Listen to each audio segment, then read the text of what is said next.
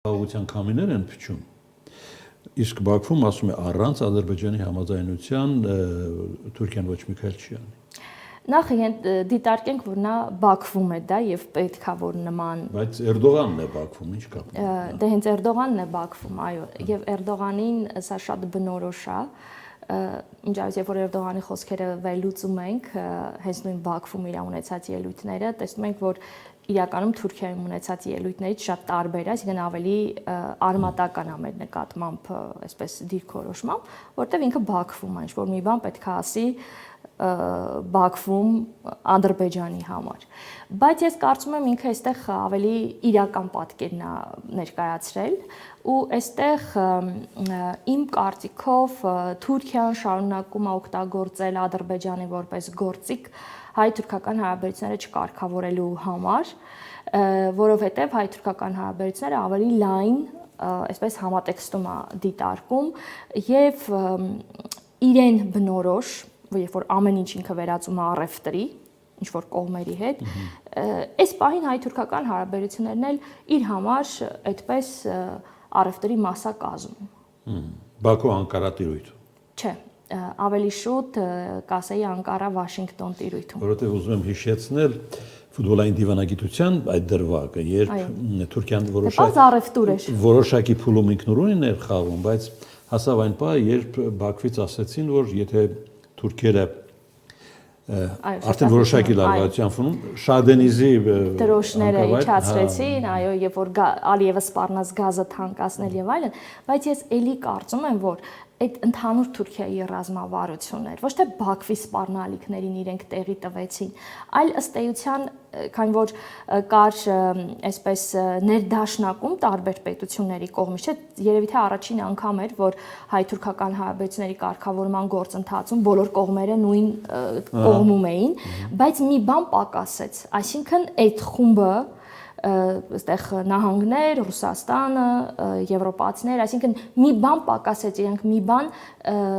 չճնշեցին Թուրքիային, որպես այդ հարաբերությունները միջև վերջ կարգավորվեին եւ կրկին Անկարան, տեսնելով մի այսպես անցք Բաքվի Բաքուն որպես կրկին դրեց այդ հարցը, որ միջև Լեռնային Ղարաբաղի խնդիրը չլուծվի։ Ինչ եմ ես այս կարծիքին, որտեվ տեսեք այդ ռոպագանդան, այդ ներկայացնել անդադ անգամ պետական, հա, այրերի այսպես բերանով, եկան հասանք միջև 20 թվական։ Չկա չէ այսօր էության մեջ Լեռնային Ղարաբաղի խնդիր, բայց շարունակում է այս հարաբերությունները մնալ այդ տիրույթում։ Այսինքն սա Անկարայի ռազմավարությունն է եւ Բաքուն այստեղ ընդհանրեն օգտագործվում է որպես միջոց հայ-ադրբեջանական հարաբերությունները որպես միջոց են օգտագործվում, որտեղ Թուրքիան ավելի մեծ խնդիր է դրել հայ-թուրքական հարաբերությունների համատեքստում։ Ավելի մեծ, քան Լեռնային Ղարաբաղի հետ վերադարձումը։ Իհարկե, այստեղ Լեռնային Ղարաբաղի խնդիրը չի ընդհանրապես։ Այստեղ ընդհանրապես, եթե կուզեք, սահմանների խնդիրը չի։ Այստեղ կա հայկական գործոնի խնդիր, հայկական պետականության խնդիր, կա ընդհանուր աշխարհաքաղաքականություն եւ Թուրքիան էլ դա դիտարկում է իր ունեցած ռազմավարության համատեքստում։ Երկու կողմն էլ այնպիսի տպավորություն են ստեղծում եւ Անկարան եւ Երևանը, որ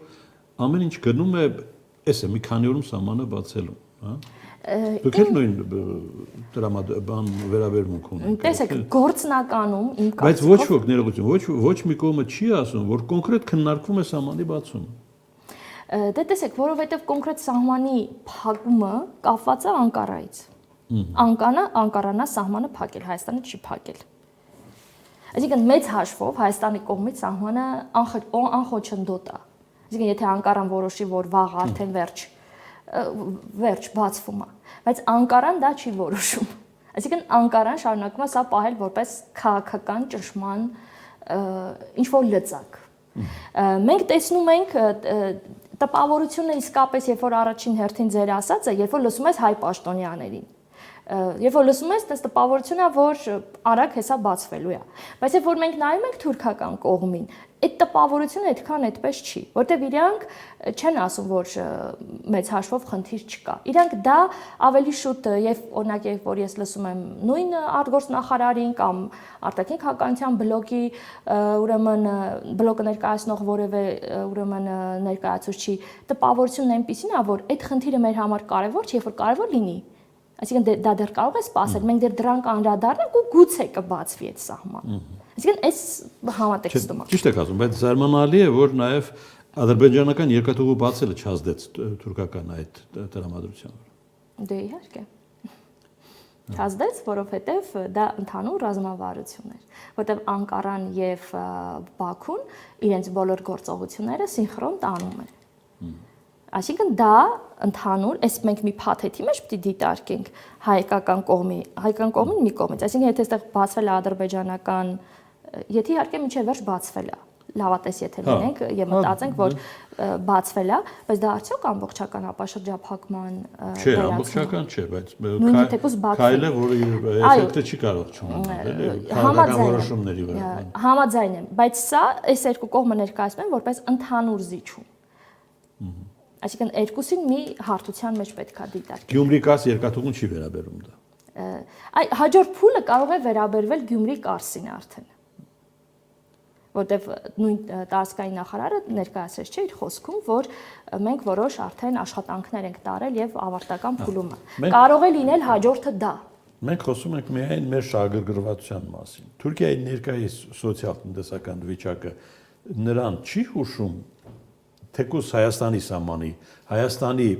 մասշտաբից օգտվել սահմանի բացմամբ։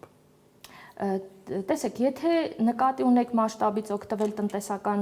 ինչ-որ գործունեության ծավալման համար, դա իսպես թե Դե միայն Հայաստանի տնտեսությունից նկատի չունեմ։ Ահա, իսկ եթե արդեն Հայաստանը բացում է մի պատուհան, որը կարող է շահեկան լինել Թուրքիայի։ Դե դա թրիփն է, իրենք էլ առայժմ սպասում են, տեսնեն թե այնտեղ ինչ է լինում, իրենք էլ փորձում են խցկվեն այդ